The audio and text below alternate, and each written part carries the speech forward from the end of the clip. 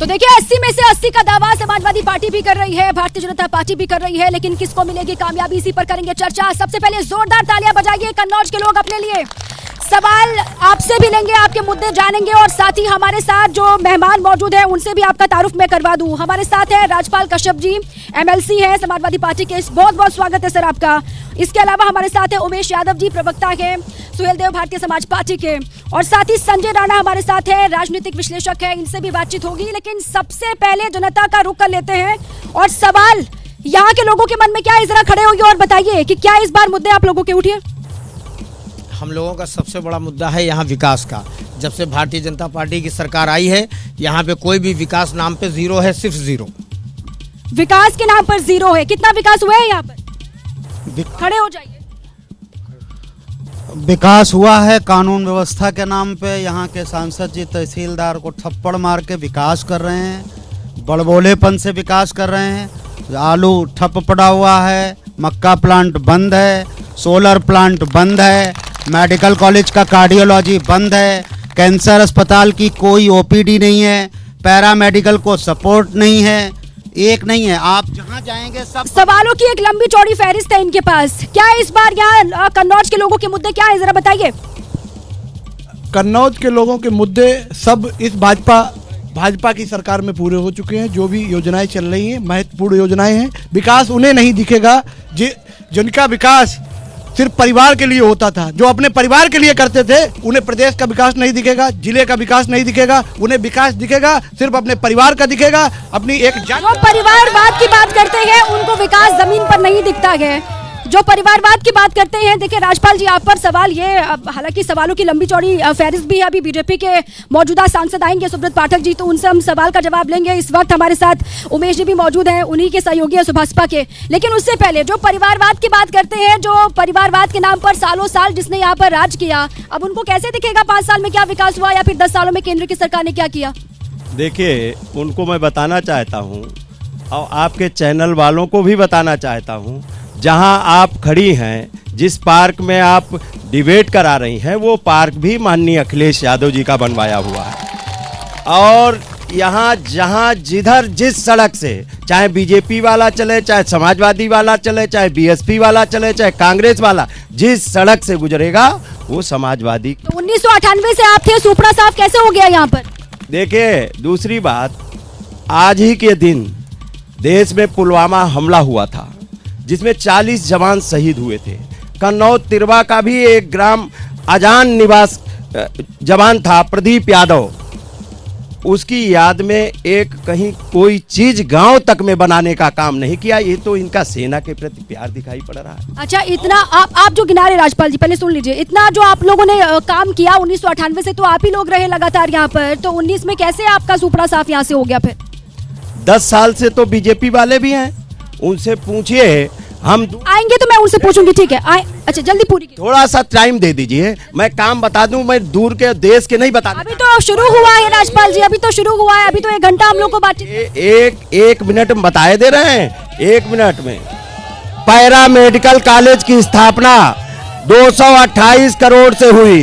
ग्रामीण पाइपलाइन पेयजल योजना 33 आपके यहाँ लागू हुई। कन्नौज में क्रिकेट स्टेडियम 69 करोड़ से बनाया। NH 232 Kannauj railway crossing Tirwa चौड़ीकरण कराने का काम। राजकीय मेडिकल कॉलेज, अरे सुन लीजिए ना, कैंसर हम कन्नौज के ही बता रहे हैं, कहीं लंदन के। अभी सभी एक ही साथ बता दीजिएगा तो आगे क्या कीजिएगा? अरे उमेश जी आप बताइए। बहुत सारे सवाल है लोगों के, आप लोगों से कह रहे हैं कि 5 साल में तो सांसद महोदय के काम से खुश नहीं है, कह रहे रोजगार की बात करते थे, जितने सारे प्लांट यहाँ पर लगाए थे पिछली सरकारों ने, वो सारे प्लांट बंद करवा दिए, सारे काम रुकवा दिए आप लोगों ने।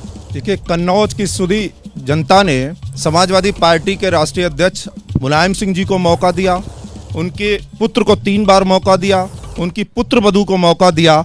आदरणीय एमएलसी साहब जो अभी गिनवा रहे थे, अगर 30 वर्ष में सब मिलाकर उन्होंने ये सारे काम कर दिए हैं, तो जनता ने उनको चुन के भेजा है, किसी पर एहसान नहीं किया है।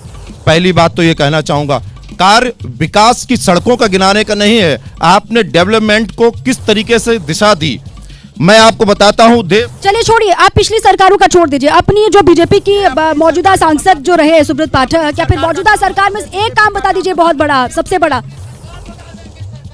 एक काम बता दीजिए। हम उस सरकार में हैं। अनिल भाई, मैं आपको व्यक्तिगत रूप से जानता हूं, मैं बता दे रहा हूं, समाजवादी पार्टी में आदरणीय ओम प्रकाश राजभर जी के आने के बाद जिस व्यक्ति ने 47 से 111 और 125 के गठबंधन पे पहुंचाया, हम उस सरकार में हैं, हम उस सरकार में हैं।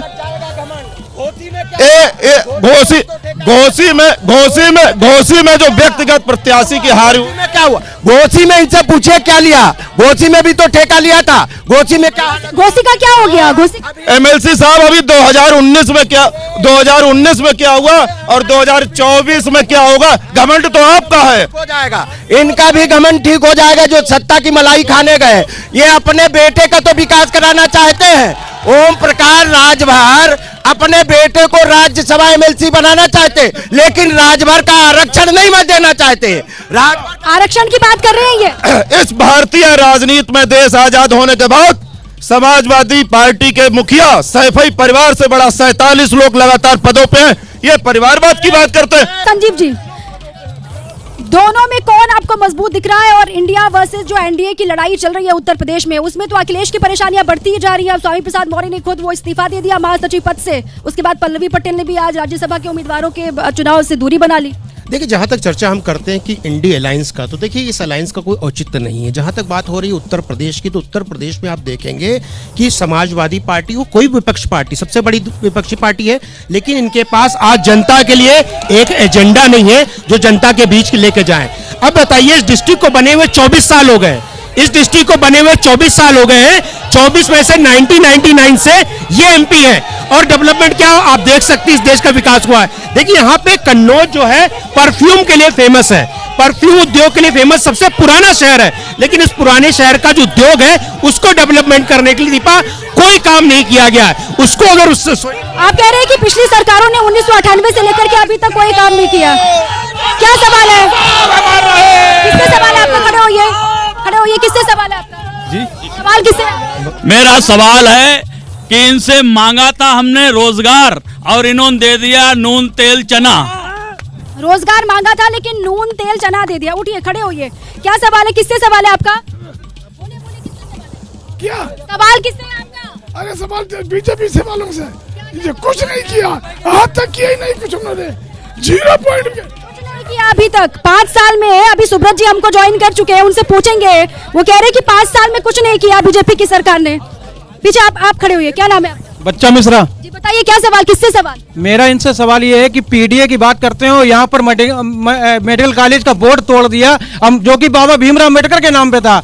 और दलितों की बात करते हैं, पीडीए के नाम पर 3 उन्होंने राज्यसभा भेजे हैं, तीनों उन्होंने जो फिल्मी कलाकार उद्योगपतियों को भेज दिया। क्या कन्नौज का, उत्तर प्रदेश का कोई गरीब नहीं मिला? कन्नौज में ब्लॉक प्रमुख सब्जी वाला है। पीडीए की बात करते हैं राजपाल जी, पीडीए की बात करते हैं, राज्यसभा किसी और ही को भेज दिया, और ये जो राजकीय मेडिकल कॉलेज का नाम बाबा साहब भीमराव अम्बेडकर था उसको आपने बदल दिया। देखिए, पहली बात तो राजकीय मेडिकल कॉलेज के नाम से ही नेताजी ने शिलान्यास किया था। ये तो अंबेडकर का बनाया हुआ संविधान खत्म कर रहे हैं, आरक्षण खत्म कर रहे हैं। इनसे कौन सवाल करेगा? 69,000 शिक्षकों की भर्ती के आरक्षण। पीडीए का नारा सिर्फ जुमला है क्या? पीडीए का नारा सिर्फ जुमला है क्या? वो पूछ रहे हैं यहाँ के लोग। इसी पीडीए से तो बीजेपी परेशान है। इनके पेट में पीड़ा पीडीए से ही हो रही है, और इसका भी इलाज ये नहीं इनके पास कोई है, तभी तो इधर उधर की बात पूछ लेती हूँ ना। सुब्रत जी आ चुके हैं, मौजूदा सांसद है यहाँ के, इनसे बेहतर कौन बता सकता है। बहुत बहुत स्वागत है सुब्रत पाठक जी आपका। पीडीए का कोई काट है आप लोगों के पास? पीडीए का वो तो कह रहे हैं कि पीडीए का नारा देकर के 80 के 80 ले जाएंगे हम, आप देखते रहिएगा। देखो, इनके पीडीए का जो अर्थ है वो परिवार डिफेंस अलायंस, माने परिवार बचाओ गठबंधन। और ये परिवार बचाओ वाले लोगों में देखो आपस में झगड़ा हो गया। अखिलेश जी तो अपना परिवार बचा लिए, 3-4 टिकटें दे दी, आगे भी देने को होंगे, और उसके बाद में अब अन्य लोगों के परिवारों में कुछ मिला ही नहीं, तो आप देखो झगड़ा चालू हो गया है। स्वामी प्रसाद मौर्य ने इस्तीफा दे दिया है, पल्लवी पटेल जी क्या बोल रही हैं, तो ये परिवार की लड़ाई है। और दूसरा पी और डी, अगर पी का अर्थ इनकी नज़रों में पिछड़ा है तो मोदी जी के साथ में है, इनकी नज़रों में डी का अर्थ यदि दलित है तो वो सब मोदी जी के साथ में है। अब ए को ये अगड़ा बोलते हैं तो ए मोदी जी के साथ में है, और वैसे मेरी नज़र में इनके साथ में सिर्फ आतंकवादी हैं, ए फॉर आतंकवादी। लेकिन वो तो कहते हैं नारा ही उन्होंने सुब्रत जी इसीलिए दिया क्योंकि ये पीडीए जो है पिछड़ा, दलित, आदिवासी, ये तो उन्हीं के साथ है, एक मुश्त उन्हीं को वोट करेंगे। देखो, नरेंद्र मोदी को देश के गरीबों ने, शोषितों ने, वंचितों ने देश का प्रधानमंत्री बनाया है। और मोदी जी जब जात की बात करते हैं ना तो यही बोलते हैं, उनकी नज़र में क्या 4 जातियां हैं केवल, गरीब उन जाति है, किसान जाति है, महिला जाति है और नौजवान जाति है। इसमें सारे लोग आ जाते हैं। अब ये लोग जाति को तोड़ने के लिए लड़ते हैं और हम लोग देश को जोड़ने के लिए लड़ते हैं। देश को जोड़ने के लिए लड़ते हैं, आप जातियों को तोड़ने के लिए लड़ते हैं। ये तुष्टीकरण की राजनीति इस बार नहीं चलेगी आप लोगों की। देखिए, पहली बात तो ये कन्नौज में डिबेट हो रही है और सांसद जी यहाँ कन्नौज में उपस्थित हैं। इनसे कहो इधर उधर की बात ना करें, कन्नौज में क्या विकास कराया है इसकी बात करें, ये बताएं। और जितने क्या बताइए ट्रामा सेंटर माननीय अखिलेश यादव जी ने बनवाया, तो क्या वो उनके परिवार के लोग इलाज कराएंगे? ये क्यों बंद पड़ा है? कैंसर का अस्पताल बनवाया, मशीनें खड़ी हैं और ट्रामा सेंटर में मशीनें खड़ी हैं और वेजिटेबल प्लांट चल रहा है और परफ्यूम जो पार्क बनाया वो आज तक क्यों बंद पड़ा है? क्या हाल है सांसद जी, इत्र पार्क का क्या हाल है? वो परफ्यूम पार्क का आप लोगों ने वादा भी किया था कि आएंगे तो बनवाएंगे, 5 साल तो हो गए। एक जरा सबसे बड़ा एक काम आप गिना दीजिए जिससे ये संतुष्ट हो जाए राज्यपाल। इनका कारनामा सुनो पहले। इनका पहले कारनामा यही है कि बसपा की सरकार में मेडिकल कॉलेज बनकर कन्नौज में तैयार हुआ, उसका नाम रखा गया बाबा साहब भीमराव अंबेडकर मेडिकल कॉलेज कन्नौज। जैसे ही समाजवादी पार्टी की सरकार बनी, गुंडों ने जो वहाँ जीटी रोड के ऊपर वो लगा था बोर्ड बाबा साहब का, उस बोर्ड को तोड़ा, उसके साथ अभद्रता। उस मेडिकल कॉलेज में डॉक्टर है कि नहीं है? 5 साल सुनिए डॉक्टर है कि नहीं? 5 साल बार इन्होंने सिर्फ यही काम किया उसका नाम बदलने का। उसके बाद 12 से 17 तक वो मेडिकल कॉलेज रिफर सेंटर रहा, कन्नौज का बच्चा जानता है। और आज उस मेडिकल कॉलेज में आप चले जाइए, उसकी किस प्रकार से तस्वीर बदली है आपको दिखाई पड़ जाएगा। मेडिकल कॉलेज को लेकर यहाँ के लोग क्या कह रहे हैं? अच्छा बताइए, हाँ बोलिए। सांसद जी, मैं आपको डिफेंड कर रहा हूं। आपके डबल इंजन की सरकार है। आप कहते हैं एक इंजन मेरा ऊपर केंद्र में और एक स्टेट में। आपको किसने रोका? राज्यसभा में आपका बहुमत, लोकसभा में आपका बहुमत और विधानसभा में उत्तर प्रदेश में आपका बहुमत। उसके बावजूद डॉक्टर अंबेडकर आप अपने पोस्टर पर छापते हैं कि आपकी हिम्मत नहीं, आपकी सरकार में ताकत नहीं, उस भीमराव अंबेडकर मेडिकल कॉलेज का नाम बदलकर रख दें। सुनिए सांसद जी, सुनिए, मैं पूरा चिट्ठा लाया हूँ, जल्दी से पूरा चिट्ठा लाया हूँ। बाबना जी, पहले आपके टीम का स्वागत, वैलेंटाइन डे, आप सबकी टीम को हैप्पी। सुन लीजिए, इतनी गंभीर बात कर रहे हैं, उसमें वैलेंटाइन की शुभकामनाएं दे रही है, महान है। सुन लीजिए एक मिनट। किसी कली, किसी गुल में, किसी चमन में नहीं, वो रंग है एबीपी न्यूज चैनल जो और चैनल पूरे बता। अच्छा, ये शायरी सुनिए, ये शायरी बहन जी के नाम पर था कि वैलेंटाइन डे के नाम पर? ये शायरी किसके नाम? बताता हूँ, कारनामे बताता हूँ। सुन लीजिए, ये आरबीआई की अभी की हाल ही की रिपोर्ट है। आराम से रुकिए। ये शायरी जो आपने बोली, अरे सुनिए, अरे सुनिए, क्या नाम है आपका? सुनील भारती, मैं यहाँ का कैंडिडेट हूँ, इनका प्रतिद्वंदी रहा 2019 में। और आराम से सुनिए, ये शायरी जो आपने बोली, ये बहन जी मायावती के लिए था या फिर पार्टी की तरफ से बोले? ये वैलेंटाइन डे के मौके? ये वैलेंटाइन डे है, ये कन्नौज की तहजीब है, खास आपके लिए। अब जल्दी से पूछिए अपना सवाल। मेरा सवाल ये, आरबीआई की रिपोर्ट ने कहा 2024-25 में जो महंगाई की दर है वो 5 पॉइंट के आसपास रहने वाली है। दूसरा आंकड़ा है कि कन्नौज में 120, ये सरकारी आंकड़ा है, दलित लोगों में जिनमें बेटियां भी हैं, हत्या और बलात्कार के मामले हुए हैं। सांसद जी, ठीक है, क्राइम पर मैं उनसे जवाब लूंगी, आऊंगी आपके पास, आऊंगी। आपकी तो सरकार 5 साल से, सुब्रत जी देखिए, सारे सवाल तो आप ही से पूछे जाएंगे। ये जो खड़े हैं वो आप ही से सवाल कर रहे हैं, उदय जी को छोड़ के। ये जरा बताइए कि 5 साल में वो कह रहे हैं कि आप एक को काम गिना दीजिए, लेकिन ऊपर से ये मेडिकल कॉलेज वाला मामला बहुत गरमा रहा है। लोग कह रहे हैं कि उसका नाम बदल दिया, सपा की सरकार आई तो राजकीय मेडिकल कॉलेज कर दिया, आप आए तो कुछ कर नहीं पाए, न वहाँ पे संसाधन है, न डॉक्टर्स है। उत्तर प्रदेश के यशस्वी मुख्यमंत्री पूज्य योगी आदित्यनाथ जी भी 3 फरवरी को कन्नौज आए थे और वो कन्नौज में अपनी घोषणा में इसका नाम बदल गए हैं, पुनः इसका नाम बाबा साहब भीमराव अंबेडकर मेडिकल कॉलेज कर दिया है। अब जो भी कागजी का वो है वो जल्द पूरा होकर, और चुनाव से पहले ही इसका नाम बाबा साहब भीमराव। वही तो उनका सवाल था कि नाम ही बदलिएगा कि उनके लिए कुछ करिएगा? आगे तो सुनिए, उसके बाद यहाँ के ऊपर कैंसर का बोर्ड तो लगा दिया गया था, लेकिन उसके इलाज को लेकर मशीनें नहीं दी गई थी। मुख्यमंत्री जी मशीनों की भी घोषणा कर गए हैं, यहाँ के ऊपर मशीनें भी आ जाएंगी। करीब 65 करोड़ का बजट था जो मेडिकल कॉलेज के प्रिंसिपल ने दिया था, उसकी भी स्वीकृति हो गई है। ये लोग यह नहीं बताते हैं कि हमारी तुलना ये अखिलेश जी से करते हैं या डिम्पल जी से। अगर अखिलेश जी से करते तो अखिलेश जी मुख्यमंत्री थे, तो मुख्यमंत्री की तुलना होनी चाहिए मुख्यमंत्री से। आप डिम्पल जी की तुलना हमसे करिए, उन्होंने सांसद रहते क्या काम किया, हमने सांसद रहते क्या काम किया। हमने सांसद रह के हमने यहाँ के ऊपर 5,000 से भी अधिक दिव्यांगों को अपने सांसद निधि, अपना वेतन और अन्य माध्यम से हमने 5,000 दिव्यांगों को ई रिक्शा दिया, 15,000 दिव्यांगों को हमने उपकरण दिए। तो ये तो मेरे सांसद इसके अतिरिक्त भी। ये इनको क्यों नहीं दिखता है, ये राजपाल जी को क्यों नहीं दिखता है? सुन तो रहे, बता तो रहे, वो गिना रहे।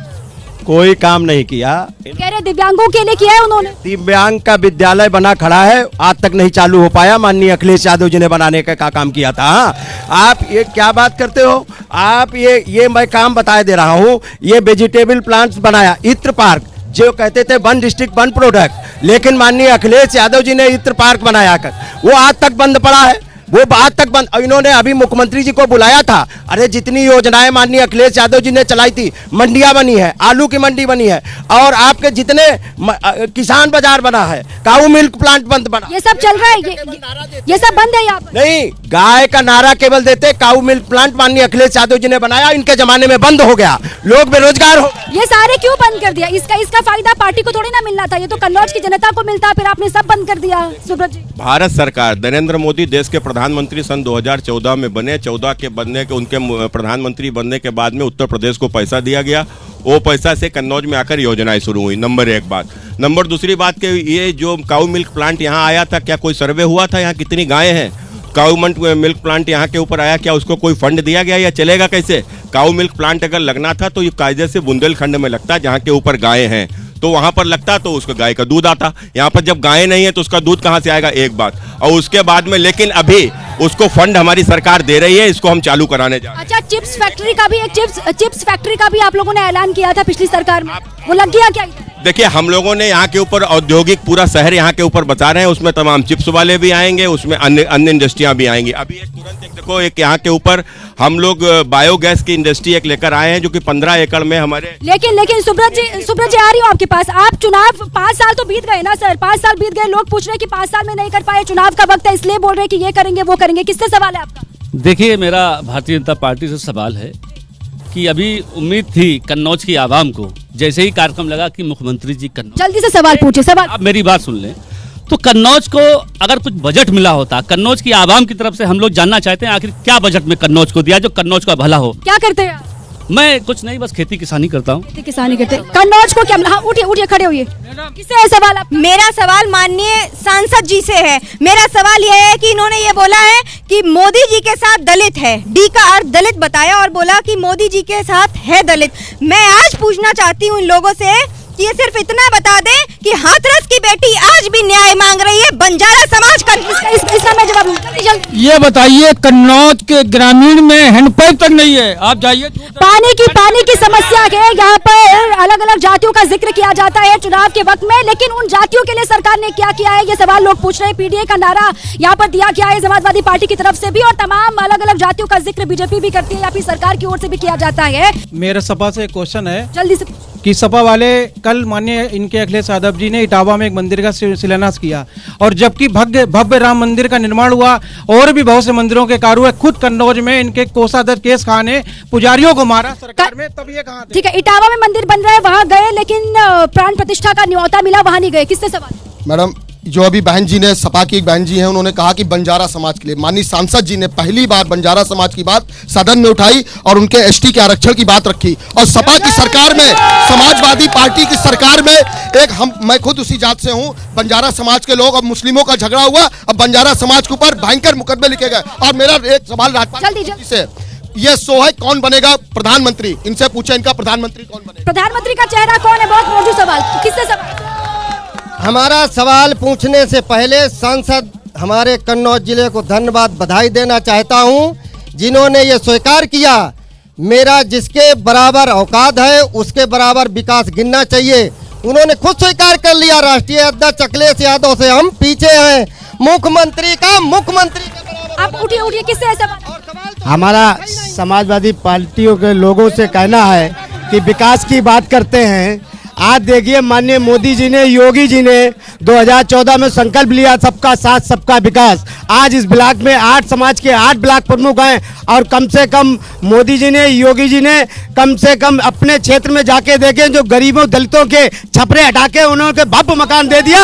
ये देखिएगा। आप पूछे हमारा माननीय सांसद जी सवाल है हमारा कि हमारे भाई की हत्या 11 महीने हुए, कानून व्यवस्था पे हमारा सवाल है। 11 महीने हो गए हमारे भाई की हत्या हुए, अभी तक हमें न्याय नहीं मिला है। अभी तक न्याय नहीं मिला। कानून व्यवस्था को लेकर सवाल किस कानून हर एक जगह गई, कहीं पे न्याय नहीं मिला। हमें थाने में धरना दिया, लखनऊ मुख्यमंत्री जी के पास भी गए, लेकिन अभी तक कानून व्यवस्था को लेकर, चलिए यहाँ भी लोग हैं उनसे भी सवाल करूंगी, लेकिन सुब्रत जी कानून व्यवस्था को लेकर भी सवाल है, साथ ही और भी अलग अलग मुद्दों को लेकर आपने सुना उनकी बातें। अब इस पर क्या है जवाब आपका? नहीं ठीक है, देखो अब उन्होंने कहा 11 महीना हो गए न्याय नहीं मिला, तो ये न्याय देना न्यायालय का काम है और हमारा काम है FIR कराना। तो कुल मिलाकर सबसे बड़ी बात है कि देखो यहाँ के ऊपर गुंडों का शासन हुआ करता था और खास वर्ग के जो गुंडे होते थे वो तो यदि कोई अपराध कर देते थे, खासकर किसी गरीब के साथ में, किसी पिछड़े के साथ में, दलित के साथ में, तो उसकी तो मुकदमा भी नहीं लिखा जाता था, वर्ग विशेष का था। अभी पीछे से एक आवाज आई थी, समाजवादी पार्टी का एक नेता कैस खां, उसने एक 200 वर्ष पुराना मंदिर कब्जा कर लिया, भगवान भोलेनाथ की शिवलिंग उखाड़ कर फेंकी और पुजारियों के साथ में उसने पिटाई की। तो ये सब होता था समाजवादी पार्टी। नहीं, तभी तो आपको लेकर के आए थे ना, वो त्रस्त है, वो बोल रहे हैं कि आपसे न्याय की उम्मीद थी, आप भी नहीं न्याय दे पा रहे। चैलेंज करके बोल रहा हूँ, कोई गुंडा कन्नौज में किसी गुंडे की हैसियत नहीं है। किसी आदमी की तरफ आंख उठाकर भी देख ले, आम आदमी की तरफ, कोई गुंडा समाजवादी किसी की हैसियत नहीं है। चैलेंज करके बोल। अच्छा, आप चैलेंज कर रहे हैं कि किसी की हैसियत नहीं है। अच्छा, विवेक नारायण जी भी जुड़ चुके हैं, जैसे बता रहे हैं सुब्रत जी, वैसा ही है कन्नौज में क्या? देखिए, कन्नौज की आप बात कर रहे हैं, कन्नौज की बात हो रही है, तो कन्नौज में मुख्य 2 यहाँ पे व्यवसाय हैं, एक इत्र का और दूसरा आलू का। कांग्रेस ने यहाँ पे इत्र के लिए FFDC की स्थापना कराई और अभी centre of excellence for fruit and vegetables का उमरदा में कराया। लेकिन आज 10 वर्षों से डबल इंजन की सरकार है। देखिए, ये तमाम दावे करते हैं, लेकिन कन्नौज के लिए। लेकिन ये कब कराया आपने? आप तो सदियों से यहाँ से एकदम गायब हैं। नहीं, हम देखिए, ये तो लोकतंत्र का हिस्सा है। आज 2 सीटों वाले 300 सीटों पे आ गए। ये तो लोकतंत्र में जीत हार लगी रहती है, लेकिन सवाल है जनता के विकास का, जनता के कल्याण का। आज 10 वर्षों में कन्नौज के किसान उम्मीद लगाए बैठा है, लेकिन आलू के लिए कोई भी घोषणा नहीं करी गई। और जो विकास की बात करी जा रही है वो तो एक नियमित विकास है, रूटीन के विकास है, उनको जोड़ा जा रहा है, अपने विकास में है। आपने क्या कराया? आज कांग्रेस ने जो 5 सालों में विकास कराया वो आज भी एक लैंडमार्क है। जो कांग्रेस की, जब यहाँ पर कांग्रेस का राज था, जो विकास तब करवाया, उसके तो बारे में लोग अभी बात करते हैं, आप गिना दीजिए। कांग्रेस ने जो विकास कराया उसी का परिणाम है कि आज लगातार 10 वर्ष से आदरणीय नरेंद्र भाई मोदी जी इस देश के यशस्वी प्रधानमंत्री हैं। उन्होंने इस देश में, जब कांग्रेस ने 40 से 45 साल राज किया तो 1 एम्स था, आज 25 एम्स हैं। 9 इटावा ये कन्नौज में क्या है वो बताइए ना जल्दी से। कन्नौज में क्या की हो रही है मैम? तो कन्नौज का जिक्र कर रहे हैं, वो बोल रहे हैं कि कन्नौज में जब हम लोग का सांसद हुआ करता था तो हम लोगों ने बहुत विकास। अरे मैं, ये समाजवादी पार्टी के सांसद लगातार 25 से 30 वर्ष रहे। पिछले मात्र 5 वर्ष से भारतीय जनता पार्टी के यहाँ पर लोकसभा सांसद हैं। आदरणीय सांसद जी ने अपने बारे में बता दिया कि मेरे कंपेयरिंग डिम्पल जी से करी है। आप लोग खुश हैं उनके साथ? जी, आप लोग खुश हैं उनके साथ? बिल्कुल खुश हैं, तभी साथ हैं। हम बिल्कुल खुश हैं, तभी साथ हैं। कोई दिक्कत तो नहीं? कोई दिक्कत नहीं है, बिल्कुल कोई दिक्कत नहीं। दूरी जो यहाँ पर बनी है वो दूरी बनवाई मैम, दूरी तो आपने बनवाई है। अंदर से कोई कभी नहीं, भविष्य में नहीं। देखिए, ऐसा जब चर्चा हो रही थी कि पीडीए की, देखिए पीडीए बोला जाता है पिछड़ा, दलित, आदिवासी। ये बताइए कि समाजवादी सरकार में अगर पिछड़े की बात करें, यादव को छोड़ के किसका विकास हुआ है? दलित, मायावती जी के साथ उन्होंने क्या भेदभाव किया था सबको पता बता रही। आदिवासी की बात करते हैं, किस आदिवासी का? देखिए, जब समाज की विकास की बात होती है, सर्वगामी विकास होना चाहिए और विकास की योजना होनी चाहिए, उसका ब्लूप्रिंट तैयार होना चाहिए। लेकिन वहाँ पे कोई भी तैयारी नहीं है, सिर्फ नारा है कि हम पीडीए के साथ है। अभी देखिए 3 सांसद, ठीक है, किसको दिया? सिर्फ नारा देने से 80 की 80 सीटें नहीं मिल जाएंगी राजपाल जी। पहले सुनिए वहाँ पर जो लोगों ने सवाल किया। एक तो सवाल ये कि आपके पीएम का चेहरा कौन है, क्योंकि शो का नाम है कौन बनेगा प्रधानमंत्री। पहले तो आप ये बताइए। और दूसरा सवाल ये कि इटावा में बनता है शिव का मंदिर, तो वहाँ पर पहुँच जाते हैं आपके बड़े नेता। अयोध्या से दूरी। देखिए इस बार भारत में समाजवादी प्रधानमंत्री बनेगा, ये मैं आपको कह रहा हूँ। आप देख लेना 110%। और दूसरी बात, आपने कहा शिव का मंदिर, जब श्रीलंका पे श्री राम जी चढ़ाई करने गए थे तो उन्होंने पहले भगवान श्री शिव की पूजा की थी। हम लोग भी शिव की पूजा करके और इन पे बीजेपी वालों पे चढ़ाई करने का काम करेंगे। और दूसरी बात पीएम का चेहरा बता। मैंने बता दिया, समाजवादी प्राइम मिनिस्टर बनेगा। अखिलेश जी, अखिलेश अरे क्यों नहीं हो सकते? वो अखिलेश यादव नहीं हो सकते क्या? अखिलेश, अरे क्यों नहीं हो सकते? क्यों? अखिलेश जी अगले प्रधानमंत्री। अखिलेश जी कह रहे हैं कि अखिलेश जी बनेंगे पीएम एनडीए गठबंधन की तरफ। देखिए, लोकतंत्र की इंडिया गठबंधन की बात है तो इंडिया देश के अंदर है, लोकतंत्र है। लोकतंत्र में चुनाव के बाद फैसला होगा कि कौन प्रधानमंत्री बनेगा।